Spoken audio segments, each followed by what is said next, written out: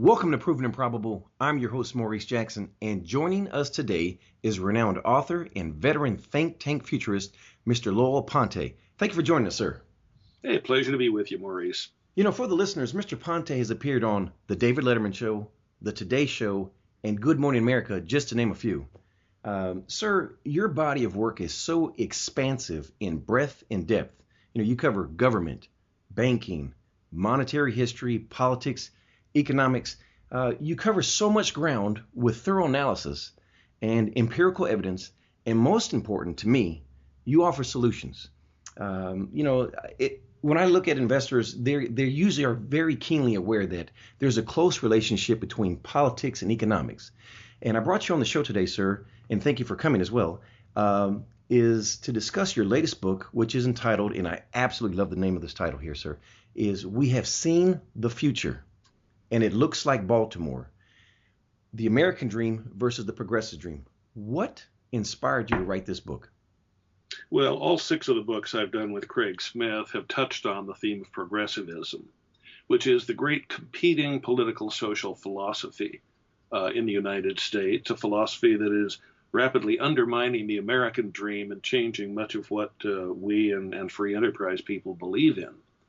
The progressive dream began in Europe around the time of the French Revolution and the Romantic movement there 2 centuries ago, and it basically is a collectivist movement. The American dream is an individualist movement that believes in personal responsibility, private property, free market economics, and so on. Turn all of that on its head and you have progressivism. Progressivism doesn't believe in individuals. It is a collectivist movement. It views individuals only as members of groups and believes in group rights. It despises capitalism because capitalism takes power away from government. Progressivism wants to replace everything else in our culture, including religion, individual property and values, and so on, with a collectivist view where government runs everything, and along with a governing elite, mostly of scientists, simply controls everything about our lives. If you want an example, think of Michael Bloomberg when he was mayor of New York. In the name of protecting you, he was going to tell you how large a glass of soda pop you were allowed to have. It is a kind of hyper-nanny statism, if you want to view it that way, that believes you are not smart enough to run your own life. In fact, because it believes in paternalistic government, where government is the father, that's what paternalistic means after all, then we are all the children. We are an infantilized culture who is here to be told how to live, to be told how to share our toys and other things we've earned. It is the wise ruling elite who is to redistribute our wealth, to redistribute our freedom, property, opportunity, and so on politically. And so we have this horrible crossing of politics and economics that began in force in 1912. What happened in 1912? Well, as today, there was a major split within the Republican Party.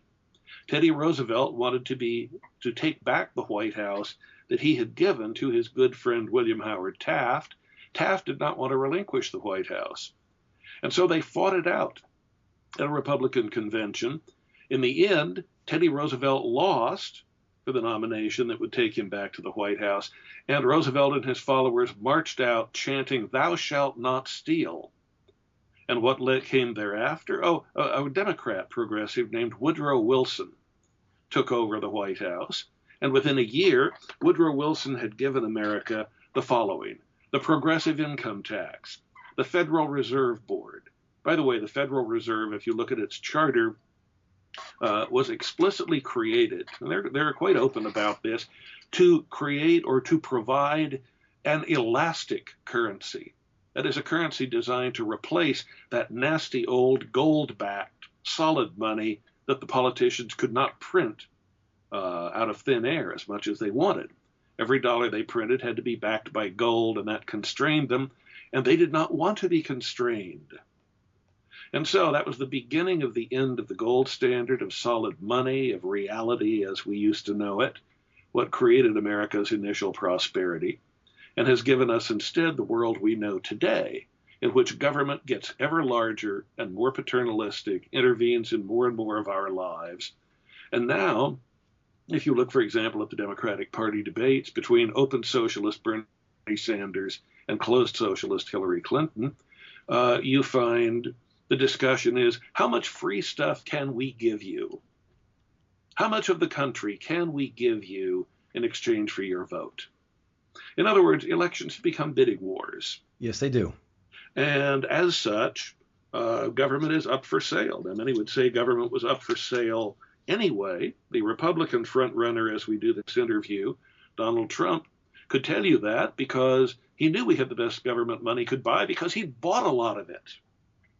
Because politicians on both sides had taken huge amounts of money from him in exchange for favors. So we have on the one hand the beginnings of socialism and collectivism from one party. The problem with that, of course, as Craig Smith and I have noted, is that it creates a thing called donkey drag. Once you have one of the two parties committed to destroying capitalism, to ending customary property rights and freedom in the country, then what is an investor to do when you know that in each next election, that party could take over and begin expropriating what you make? It means that you will now be more defensive. You will invest less. You will hire fewer people. And so you create a kind of death spiral for capitalism here as more and more investors do what our ancestors did. Our ancestors simply picked up from the lands they were and moved here. Well, they moved here seeking opportunity and freedom. However, the U.S. is now being turned into the very kind of country that our ancestors fled from. Yeah, I couldn't state that any better than what you do right here. Is that we have forgotten our roots. You know, when I listen to the narrative you've just provided, I listen to just in the streets. I listen to the common person talk about voting, who they're going to vote for, and why they're going a certain direction. And I'm amazed at the ignorance. And I do want to make sure I'm explicit on this as well. Ignorance means that you simply don't know. It doesn't mean that you're smart or stupid, but they're completely ignorant of the Constitution. They're, as you mentioned earlier, social programs. We're selling our votes to whomever is going to give us what social program entitlement we want, and not realizing if you did a word search in the Constitution, you won't find Social Security, you won't find Medicare, you won't find Medicaid. But this is what everyone's voting about. In fact, you will not even find the term political party. That as well. The founders did not like political parties. They described them with the term faction, meaning political parties tended to divide us rather than bring us together. And God knows that's how they tend to rule, by divide and conquer tactics of one kind or another, and by fear. Absolutely. And we've created an atmosphere of tremendous uncertainty when we did away with the gold standard, for example, and replaced it with a piece of fiat money, which is to say a piece of paper that has value only because the government has issued an order giving it value and declaring it to be legal tender. You created a world that politicians can manipulate almost to infinity. Today, for example, the U.S. dollar has the purchasing power of about 2 pennies worth of a 1913 dollar before we implemented the Federal Reserve. That's just pure theft. So they've stole about 98% of the value of your dollars.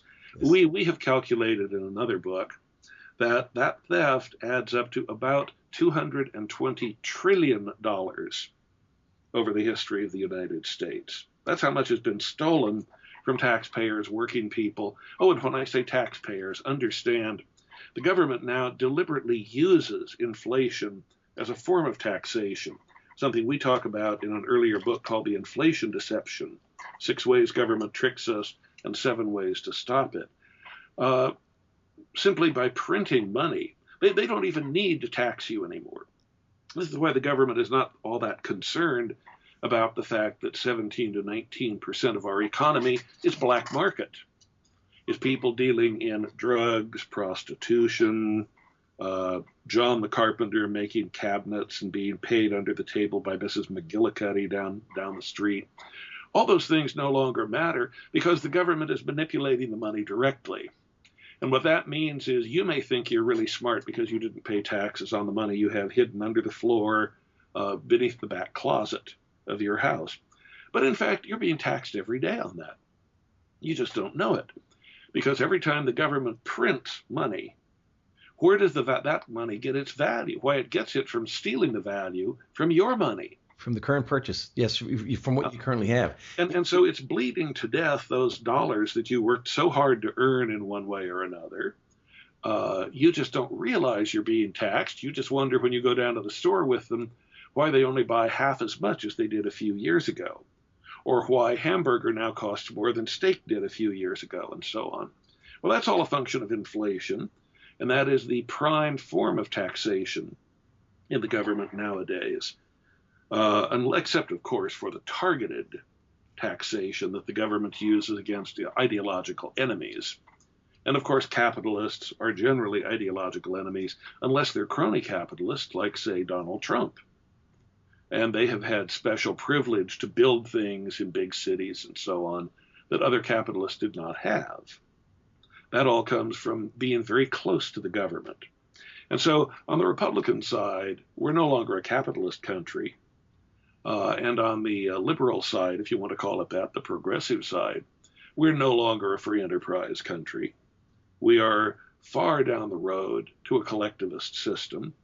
Today in America, 49.5% of American households have someone living there who gets a special government benefit check of some kind, other than Social Security or Medicare. If you count that, then we are overwhelmingly down that road. Yes. And we have seen the dollar become more and more insecure as a currency.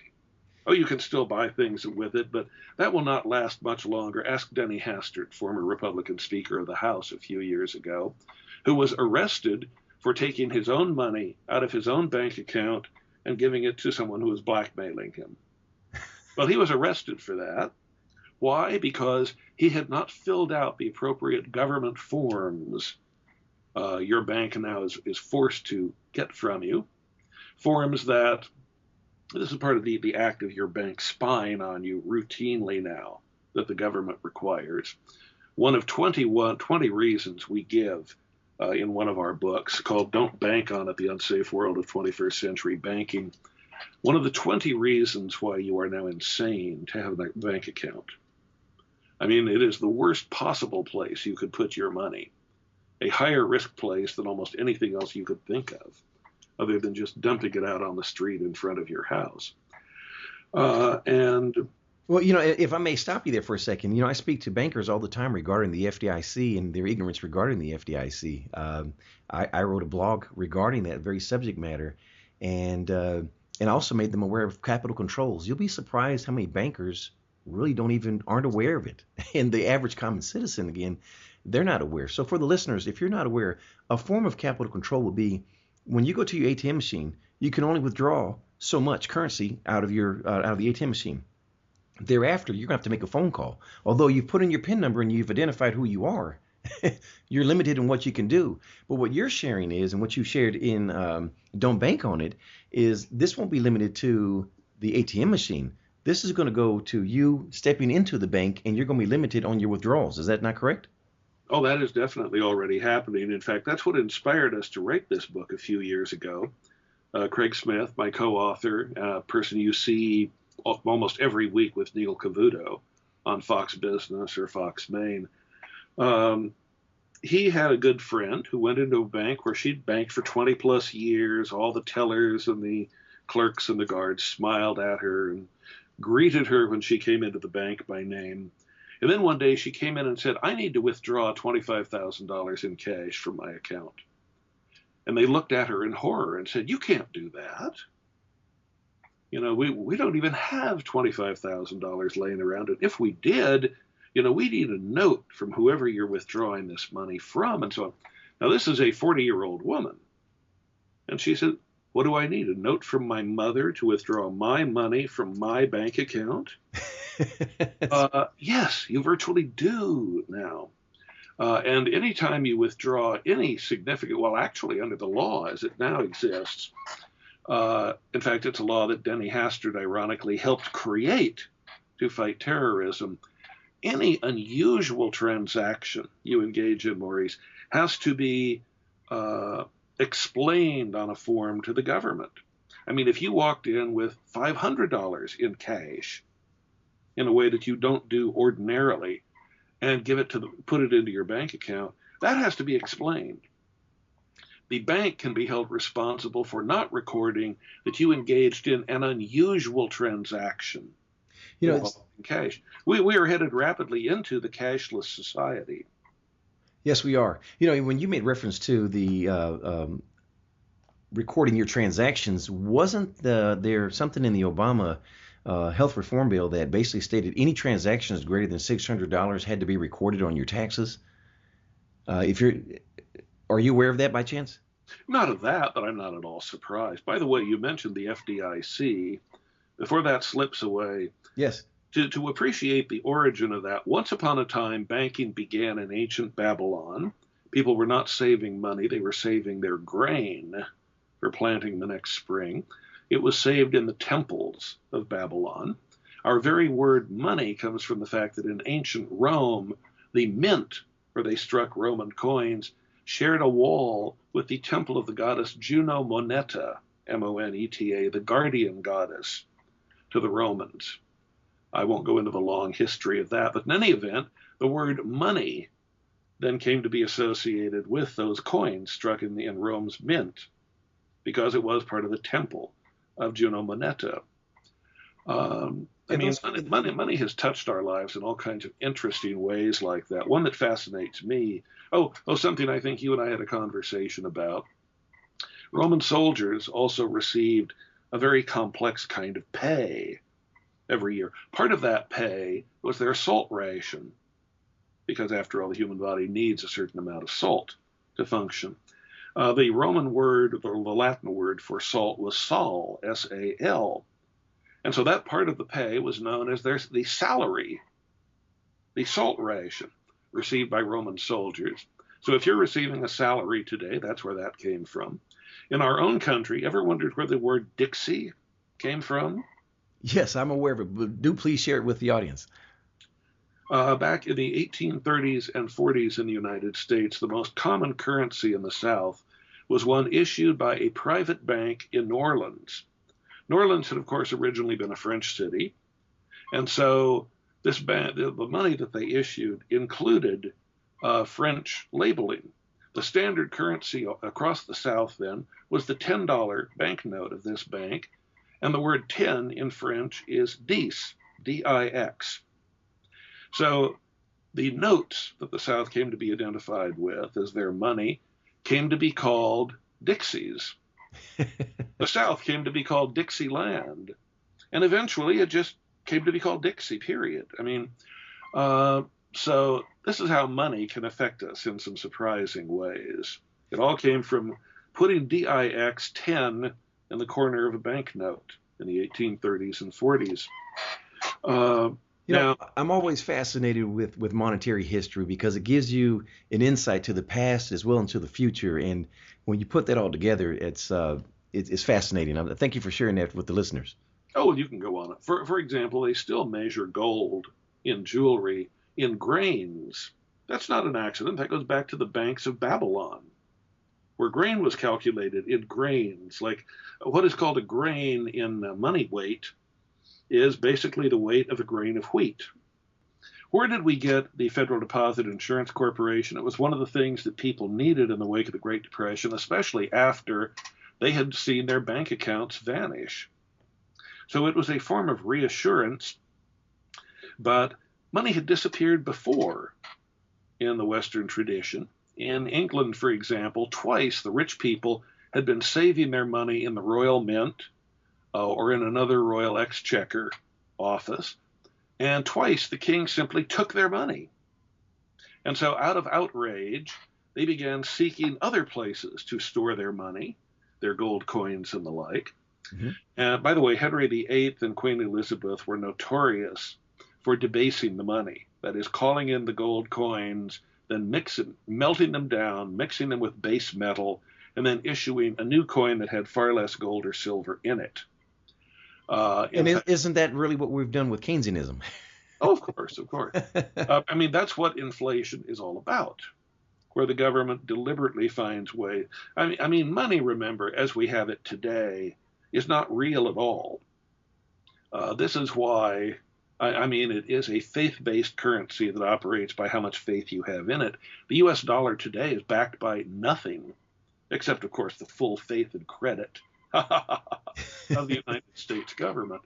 That is, it's a promissory note from politicians.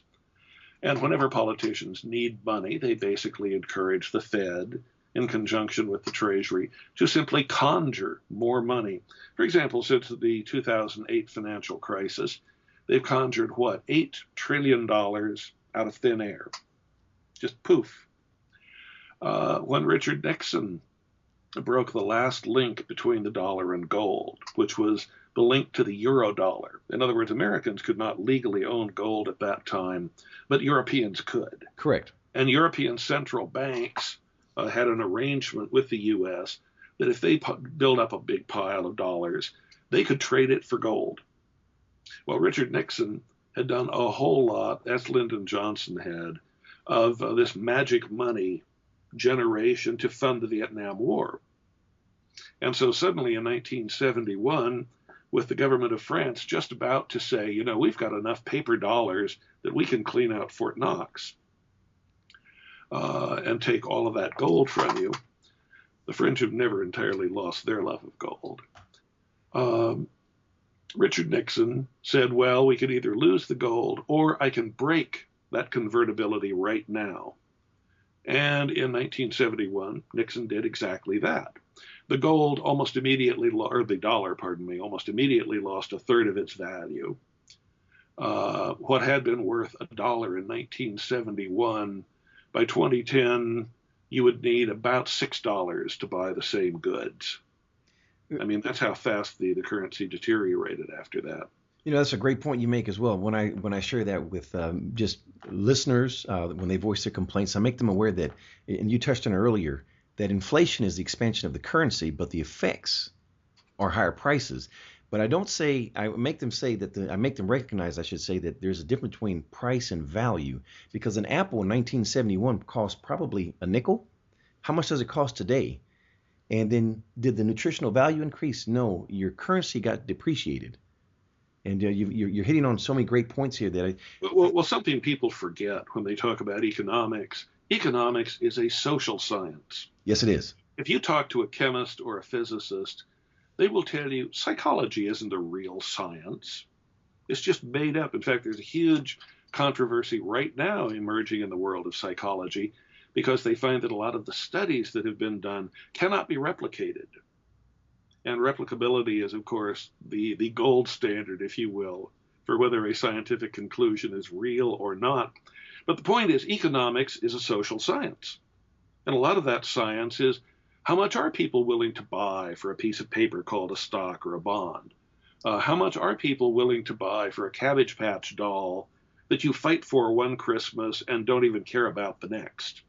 Mm-hmm. I mean, we have a society in which more than half of marketing or sales are not necessary. They're not necessary for food or survival or anything else. They are appealing to some other aesthetic or trend or style or whatever in people. And people are willing to spend their money for it. Mm. And so how do you get people to value things in an appropriate or reasonable way? That's one of the big perennial challenges. Yes, it is. Because people's idea of what has value and what doesn't is constantly changing. And a whole lot of our economy is dedicated to imparting value to things that may have no real value at all. What does it mean, for example, when you have people willing to pay huge amounts of money for paintings by a particular artist? Is he really a great artist? Well, as long as you have a market of people willing to buy that artist's work, you can say it's like any other investment. But we've seen markets like that dry up overnight. I mean, this is what makes economics so fascinating. Well, you know what makes it, in addition to that, if I may, is we've discussed the Federal Reserve. So you have non-elected officials essentially trying to determine those behavior patterns, and they're never ahead of the curve. They're always reactionary, aren't they? Well, they almost have to be. But remember, they're also trying to, I mean, who do they serve, is I guess a way to put it. The original mandate of the Federal Reserve was they were supposed to keep the dollar stable. And they failed there So because, as you that was mentioned, relatively easy when you had gold behind the dollar, because you had an international system in which every currency was really every other currency because they were all denominated in gold. So a dollar was a franc, was a pound, and so on. And you had a great deal of economic stability and peace for the most part in those times. You would have market crashes, but they'd tend to be very short lived. hmm The market would be back to normal within a year or so. Unlike what we've had today, we're still in the recession that officially was recognized in 2008 and as we, coming upon us. And that's because the government was trying to manipulate commodities, in that case, housing, for example. Under Jimmy Carter, who, in my opinion, is the center of locus of evil in the modern world, Jimmy Carter imposed a law called the Community Reinvestment Act. It was essentially a law to redistribute wealth in the society by ordering banks that depended desperately on the regulators the government had over them, threatening them with hyper-regulation and limited ability to market things unless they made large numbers of loans to groups favored by the Democratic Party. And so the banks felt forced to do that. They issued many billions of dollars worth of loans. They did it to people who the bankers themselves called ninjas, meaning they had no income, no job, no assets. Ninjas. They were bad loans. uh, From the outset, the bankers knew these did not comply with the normal historically proven standards, where you try to get 10% down or 20% down from someone so they have a reason to keep paying the mortgage that you've issued them. isn't it ironic as well in this same such scenario? Those that really weren't, I hate to say it in a bad way, but based off of their merit, weren't deserving of a home because of their credit worthiness and their income. But when you get something that you truly don't deserve, it's funny how fast you lose it as well. And those were the ones, those same individuals, their incomes couldn't support the house, their mortgage, as the escrows changed, and it created a ripple effect to where we are today. Would you say? Well, this is what happens when the government feels paternalistic. It sits there and says, we are looking down morally on the rest of society, and we are going to decide politically who deserves what. And we're going to see that everything is divvied up so that those we deem deserving will get, and those who we regard as greedy, selfish capitalists and so on will have everything taken from them. And this totally distorts the natural economics in a society. It always fascinates me that the same liberal or progressive who will say, oh, I care about the snail darter, and I care about the 3-inch long fish that caused us to cut off water from the Central Valley farmers in California. And I don't want the environment changed at all. They don't realize that the economy itself is an ecosystem, that it is an environment. And if they go in and begin distorting the pattern of investment, lending, saving, and so on, they wind up destroying the natural ecosystem of the economy. And yet they do that willy-nilly without a thought. And that's what Jimmy Carter was doing. Forget who was getting the loan. The problem is simply they were a bad risk. It was clear that if anything went wrong, these people would not keep paying their mortgage. Therefore, the mortgage was insecure. Therefore, the bank profit from the mortgage was insecure. By the way, this itself has some longer roots that you need to understand when we talk about the FDIC. And that is, remember that I was talking about how the kings had taken away the wealth from some of the wealthy in London centuries ago, around the time of Henry VIII. Well, what did the wealthy do? They looked around and said, who has the capability to protect gold and silver? Why, of course, it's the goldsmiths. They have their own safes, they have their own guards, and so on. So let's go and pay them a small fee and have them protect our gold so that we don't have to do it. They took it to the London goldsmiths, not realizing that the London goldsmiths were very shrewd people. Shrewd in the sense that they were always looking for ways to get more wealth out of things. And the London goldsmiths quickly noticed that, Count so-and-so gives you 1,000 gold pieces, and you give him a paper receipt. And then you sit wondering, when will he come back with the paper receipt? And it turns out he never comes back. If he wants to buy something, he gives the paper receipt from you to another person. He has turned that into money. And so you almost never have to worry about people coming back and asking for their gold back. And so, said the goldsmiths, why are we just letting this stuff sit in our vaults? Why don't we lend it out at interest? Since nobody's going to come back and ask for it anyway. You can see there are the seeds of something very frightening here. Yes, you can. And what that means is we saw the birth of what today we call fractional reserve banking, where your bank can't really give you your money back if very many people come in and ask for it, because they brought it in and lent it back out. You remember the movie It's a Wonderful Life with Jimmy Stewart? Absolutely. Where he was a banker, and as a banker, there is a run on the bank. Everybody comes there and says, we're afraid your bank is going to fail. Give us back our deposits. And Jimmy Stewart says, well, your money isn't here, Jim. We lent it to Betty, who'll try to pay it back to us as best she can. And so, and this is the system we've gotten into. The average bank in America today has between 2 and 10 cents for every dollar of deposits. Now, please repeat that again. How much?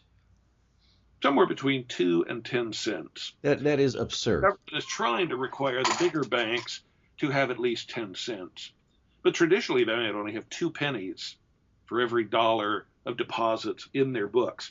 So if everybody came down at once, you remember when we were kids in colleges, there was always that smart engineering student who said the toilets have worked well here for 100 years, but I figured out that if everybody on the campus flushes their toilets all at once, it'll overload the system and the pipes will explode. And the engineering kids would then work out exactly which toilet should be flushed when to blow up the system. Well, you can do that with banking.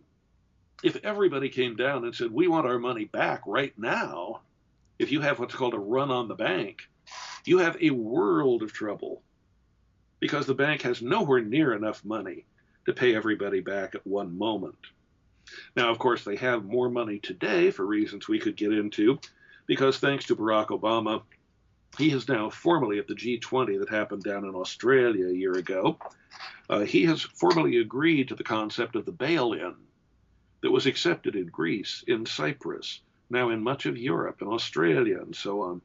The concept of the bail-in is normally you would think that your bank account is yours.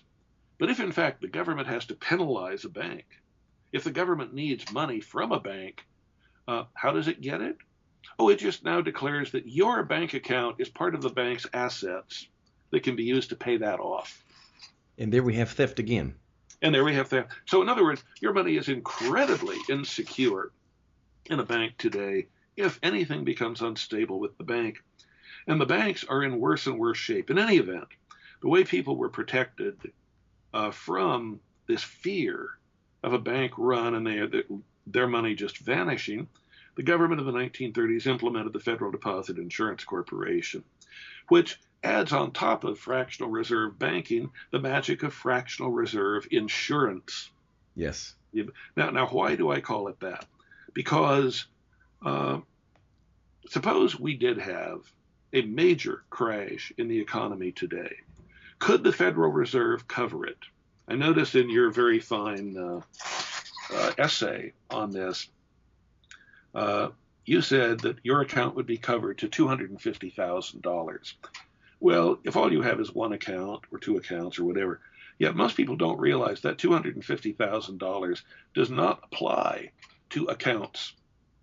It applies to institutions. What that means is, I've talked to people who said, well, I know it says 250,000, Lowell, but I was careful. I was smart. I took my $500,000 and I broke it up into 4 accounts. So I've now got 4 accounts in that bank, and if each of them is protected to 250,000, I have no problem. And I say, go back and read more carefully what the FDIC says. It will insure 250,000 per institution, meaning if you have It doesn't matter how many accounts you have. As soon as what you had in there gets to 250,000, that's all they're guaranteeing. If you have another 10 separate accounts with 100,000 each, the FDIC has never failed in its history to cover that, but legally it could. It could just refuse to pay. Now, here's the main problem with the FDIC, though, apart from that little thing most people don't know. And that is, we figure in a normal, serious crisis, the most the FDIC could muster on any given day, its assets, its backing security, is in the range of $25 to $60 billion, which you would think would be a lot of money, except the FDIC, you use the figure 9 trillion. We in our earlier research used the figure 7 trillion. But let's say at minimum, they are insuring $7 trillion worth of accounts, and they're doing it with less than $60 billion. You will notice there's a slight disparity. Actually, we figure in the next to most dire possible situation, the Federal Reserve and the Treasury would step in, and in the short run, they would lend the FDIC up to $500 billion, which would be enough for most banks except the top 5. But the difficulty is, at $500 billion, that means the FDIC is able to protect 1 out of every $14 that it claims to insure. So if your dollar is not is part of the other 13 14ths of dollars, you could be out of luck very easily. And when you mention luck, that means food, mortgage, gas. That's what you're referring to, and I want to make sure listeners are aware. I hope people realize that half of all the bank accounts held by Americans, half of them are held by just the 5 biggest banks: Bank of America, J.P. Morgan, and so on. Wells Fargo. You go beyond those 5, but if even one of those 5 banks collapsed, the FDIC does not have enough reserve to cover it, and might not be able to cover it. In fact, technically would not be able to cover it with $500 billion. No, they wouldn't. No. People don't understand how big the biggest banks are in this country, and people don't understand how big the biggest debt in the country is either. I mean, we're always told about the government being in debt $19 trillion. Understand, that is roughly the entire gross domestic product of the United States for a year. That's the work of everybody, every company, every maker of anything or service provider. That's everything they make for a year. That's how deep we're in short debt. Now, in long debt, or what's called total debt, meaning debt private and public, total debt in the U.S. is about $70 trillion. $70 trillion is not the GDP of the U.S. $70 trillion is the gross domestic product of the entire planet, of all 7.5 billion people on the planet. You know, I'm shaking my head in disbelief, but it's very but we're just beginning. This is what people don't understand. Then beyond that, there is the magic world of unfunded liability, meaning, for example, every year, Social Security's liability increases by up to $5 trillion. The entire government spending is only a little over $4 trillion. But the long-term debt incurred that a private company would be required to calculate, but our government keeps off the books, Social Security's long-term indebtedness increases by nearly $5 trillion a year. If you put together all of the unfunded liability, it's in the neighborhood right now of at least $125 trillion. Now, that's still far short of where we really are, because if you have studied astrophysics, you know that nowadays they talk about a thing called dark matter in the universe. That is, by measuring gravity patterns in the universe, we know that there is a lot more matter out there than can be seen. In fact, there's about 10 times more matter in the universe than we actually see. And we can tell this by how gravity is operating.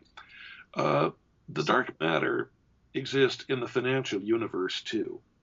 in a realm called derivatives. Yes, exactly. Derivatives are basically documents of value created by all kinds of exotic private agreements. These private agreements could be mortgages. They could be mortgages relative to something else. They're called derivatives because they are derived from exotic calculations of one thing or another. How much exists in the world of derivatives, which may or may not have anywhere near the value they claim to have. But on the books of the 5 biggest banks, there is approximately 210, maybe more by now, certainly more than $200 trillion just in derivatives, and just in the top 5 banks. That figure is so enormous. Now imagine the Federal Reserve or the FDIC trying to bail that out with its little $500 billion. Okay, you bail out it could be anywhere from 210 to 270 trillion dollars just held by the biggest banks on which the world economy depends. Then, on top of that, understand we don't really know how many derivatives there are, because a lot of entities hide or semi-hide them in the way they do bookkeeping. The estimates range from $694 trillion of derivatives in the world economy up to, take a deep breath, Maurice, because some people may not have heard this before, up to $1.28 quadrillion. Forget about trillion. Let's go to quadrillion dollars. I can't even begin to fathom that number there. Now let me give you an idea of what that would mean. Suppose, even without going to the most extreme numbers, and we've calculated this from our first book, which was Crashing the Dollar, How to Survive a Global Currency Collapse. Craig Smith and I calculated that if you had to pay off all the debts of the U.S. today, you would need to take out your wallet and begin making a stack of dollar bills. By the lowest possible estimate, that stack would have to stretch from here to beyond the planet Mars, 35 million miles away at its closest approach. At the higher calculation, you would be able to make a stack of dollars that would go from here to the planet Venus and back from the planet Venus to Earth, and you would still have enough dollars in debt left over to make 11 stacks of dollars between Earth and the moon. I mean, are we ever going to be able to pay off such a debt? The answer is no, of course, no. There is no, and understand, productivity in the West, it was honestly measured and then manipulated slightly upward in January, February by the Federal Reserve calculations of the bank in Atlanta. They're the ones who oversee that. They say U.S. growth is at about 0.7% growth. Actually, it's much lower than that. About half, we have almost 94 million Americans who can't find or don't want to find a full-time job. And why would they? We have a society in which if you move to Hawaii today and file for welfare, they will pay you $60,000 a year in tax-free welfare benefits just to lay on the beach and go surfing. Mm. Why would anyone want to work in a society like that? So this is the world where more and more people have the future paid for them. They have all kinds of government benefits available. And that all comes ultimately from direct or indirect taxes on the people who work.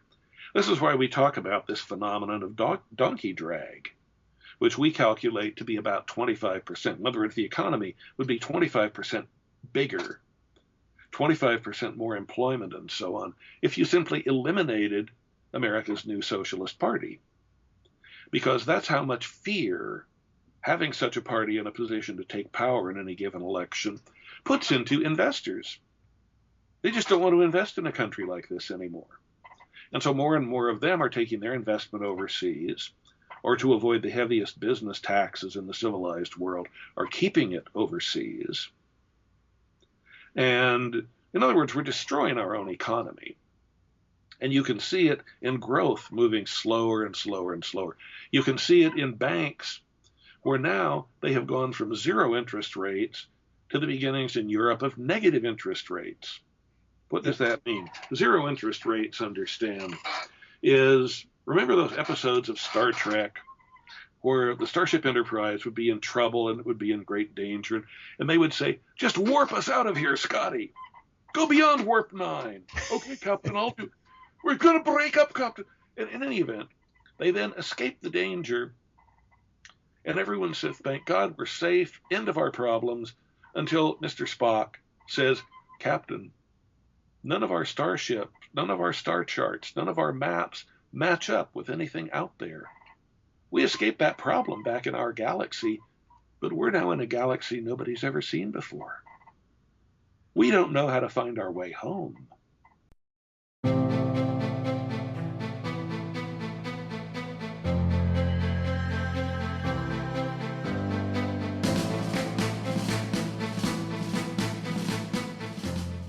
The information presented on Proven and Probable is provided for educational and informational purposes only, without any express or implied warranty of any kind, including warranties of accuracy, completeness, or fitness for any particular purpose. The information is not intended to be and does not constitute financial, investment, or trading advice, or any other advice. You should not make any financial, investment, or trading decision based on any of the information presented without first undertaking independent due diligence and consultation with a professional broker or competent financial advisor.